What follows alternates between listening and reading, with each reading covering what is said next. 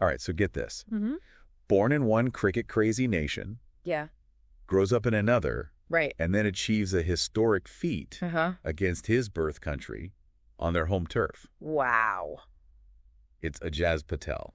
Layers to that story. We are taking a deep dive into his journey. Okay. It's way beyond just the headlines of that incredible 10-wicket match. Absolutely. I mean, what's so fascinating about him... Well, it's not just raw talent, right? Not just raw talent. It's like this testament to adapting and persevering, really carving your own path, even when the odds are stacked against you. Absolutely. So rewind with me for a second. Okay. Born in Mumbai, raised in New Zealand. Right.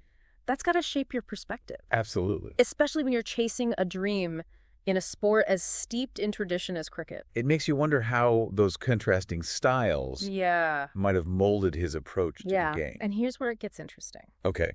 He wasn't always the crafty spin bowler we know him as. Oh, really? He started as a fast bowler. Wow. So imagine that shift. I know. Going from just hurling that ball at high speeds to mastering like deception and spin. Yeah. That's not just a change in technique. It's a whole transformation of mindset. Yeah. He had to adapt. I mean, because of physical limitations. Right. But that adaptation really shows his dedication and willingness to evolve. And it's not like he was some prodigy. Right. Bursting onto the scene. He didn't make his professional debut until he was 30. Wow. In a sport where most people peak in their early 20s? I know. That's practically unheard of. That tells you something. Years of grinding away, honing his skills, never giving up on the dream. This was not some overnight sensation. This was years in the making. Yeah, and you know what they say? Wait. Delayed gratification often tastes sweeter. Okay, speaking of which. Okay. That debut test match against Pakistan grabs a 5-wicket haul in the second innings. Major statement. For those who aren't super familiar with cricket, that's like striking out 5 batters in a row. Yeah. What a taste of what he was capable of. It's like those early flashes of brilliance. Yeah. You know, hinting at the potential that was about to explode. And explode it did. Oh, yeah. In the most dramatic fashion imaginable. Yeah. But before we get to the Mumbai miracle, let's paint a picture of what it takes to excel as a spin bowler.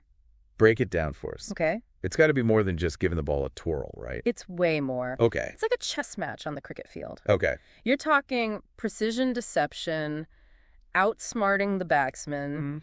You're not just relying on raw power. Right. You're using the pitch, the weather, even the batsman's psychology to your advantage. So you've got this whole mental game happening alongside the physical skill. Absolutely. Years of dedicated training go into perfecting that art. One of the things that makes spin bowling so fascinating is this reliance on external factors. Okay.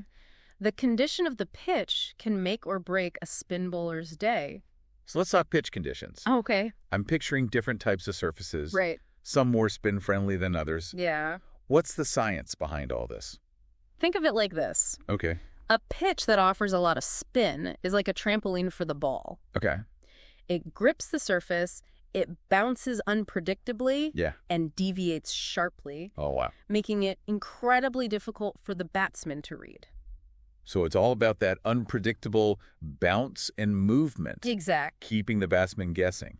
But then on pitches that are harder, flatter, or have less grass covering, the ball doesn't grip as much. It skids on, offers less turn and bounce. That's when it becomes a real challenge for the spin bowler. That's when it becomes a real challenge. It's like having your secret weapon dulled by the very surface you're playing on. Talk about frustrating.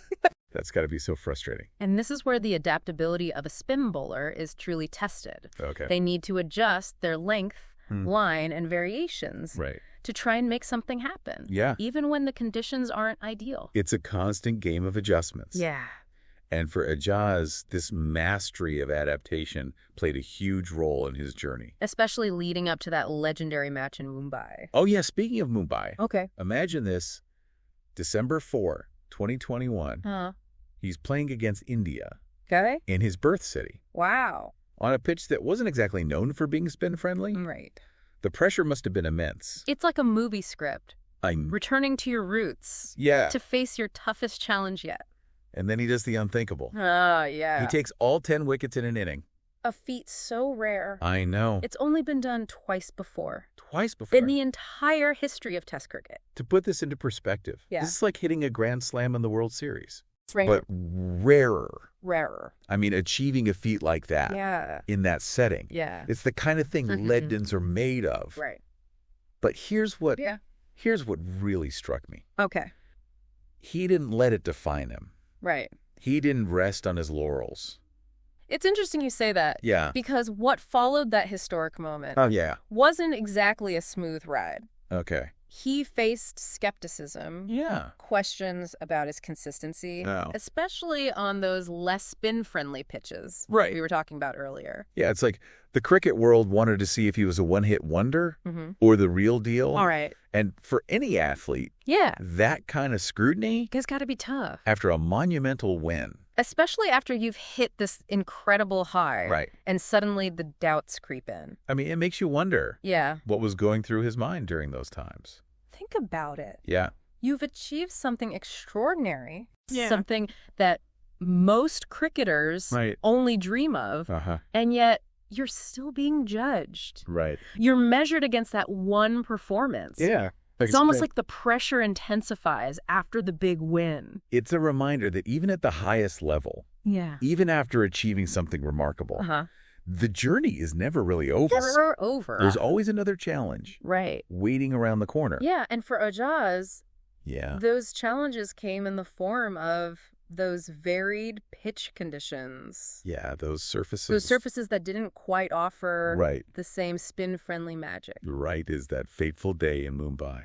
Which adds another layer of complexity to the story. I know, because now it's not just about mastering the art of spin bowling. Right. It's about mastering it across a spectrum of conditions. It's like being a chef who can cook a Michelin star meal in a fully equipped kitchen. All right. And then being asked to do the same with just a campfire and a few basic ingredients. That's a perfect analogy. You've got to be resourceful.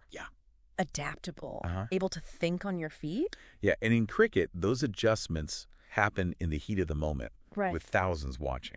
And let's not forget the mental fortitude required to overcome those doubts, those whispers questioning your consistency. Right. You know, it's about silencing that inner critic, focusing on the process, on continuous improvement. And that's what I find so inspiring about his response. He didn't let those doubts derail him. Right. He doubled down on his training. Yeah, working tirelessly. To refine his technique, to become a more complete bowler. And he didn't shy away from those challenging pitches. He sought them out. Oh, wow. It's almost like he was intentionally testing himself. Wow, yeah. Pushing his boundaries, refusing to be defined by one type of surface. There's this quiet determination about him. Yeah. This refusal to be boxed in by expectations. He's like, you think I can only perform on certain pitches? Right. Watch this. And that's where his story becomes even more relatable, I think. I agree. Because we've all faced those moments where people have doubted us, underestimated our abilities. Or tried to pigeonhole us. It's that universal feeling of being told, you can only do this. Right. You're only good at that. Yeah. But true growth often comes from breaking free from those limitations. Yeah, from proving those doubters wrong. And it's not about proving them wrong for the sake of it. Right. It's about proving something to yourself. Exactly. About pushing past your comfort zone and discovering what you're truly capable of. And what strikes me is that throughout this entire process, he never seemed to lose sight of his love for the game. Right. It wasn't just about proving a point. Yeah. It was about pushing himself to be the best he could be for the sheer joy of it. There's a purity in that. There is. It's about the pursuit of excellence for its own sake. Yeah. About finding fulfillment in the process of growth and mastery. And that, I think, is what makes his story so compelling. It's a reminder that even when faced with setbacks, doubts, external pressures, we can choose to focus on the things we can control. Right. Our effort, our dedication, our love for the craft. Because ultimately that's what fuels true resilience. Yeah. It's not about being immune to setbacks. It's about having the inner strength to get back up. Learn from those experiences. Keep pushing forward. It's about finding that inner drive that keeps you going even when the external validation isn't there. Now, we can't pretend to know exactly what was going through his mind during those challenging times. Yeah. But we can look at his actions, his choices, Mm-hmm. and see a pattern of resilience, of quiet determination, of an unwavering commitment to his craft. And that in itself is a powerful message. It is. Because it tells us that even when faced with adversity, even when doubts cloud our vision, we have the power to choose our response. Absolutely. We can let those setbacks define us. Right. Or we can use them as fuel to become even stronger, more adaptable, more resilient. It's a reminder that the path to success is rarely a straight line. No. It's filled with detours, roadblocks, unexpected challenges. But it's in navigating those challenges that we truly discover our potential. You know, it's funny, we often talk about athletes as role models. Yeah. But it's stories like his that really hit home. It's not about the trophies or the records. Right. It's about the human spirit. Yeah. The ability to overcome, to adapt, and to keep chasing that dream. Absolutely. No matter what obstacles stand in your way. You know, we've been unpacking this incredible story. Yeah. And it's got me thinking, what makes his journey so captivating? Right. It's not just the on-field achievements. Yeah. It's the spirit, the relentless drive. I know. That resonates with anyone. It does. Who's ever faced a setback and thought. What's remarkable is how his story transcends the world of cricket. Right. It really embodies this universal truth. Okay.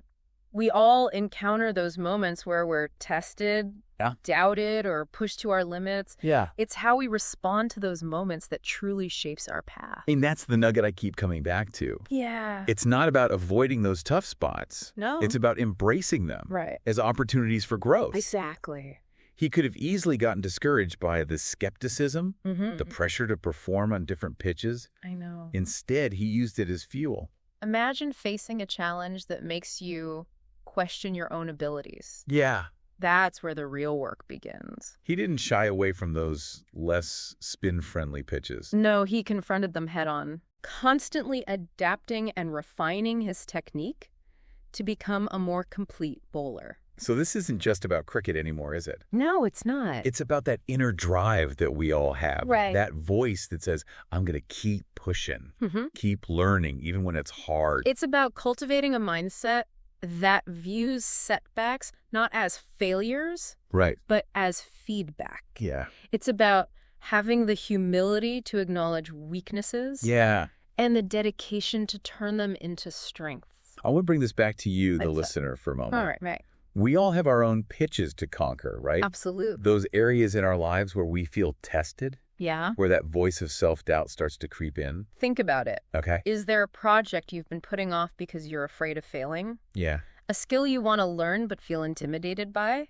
Maybe it's a relationship that needs a little extra effort, a little more resilience to weather the storms. What would it look like to approach those challenges with the same tenacity and spirit? I know. As a Jeff? What if we embrace those less spin-friendly moments as opportunities to adapt, grow, become even stronger versions of ourselves? Because that's what his story teaches us. Yeah. Resilience isn't about being immune to setbacks. Right. It's about having the courage to get back up, learn from the experience, keep moving forward even when the path gets rough. Absolutely.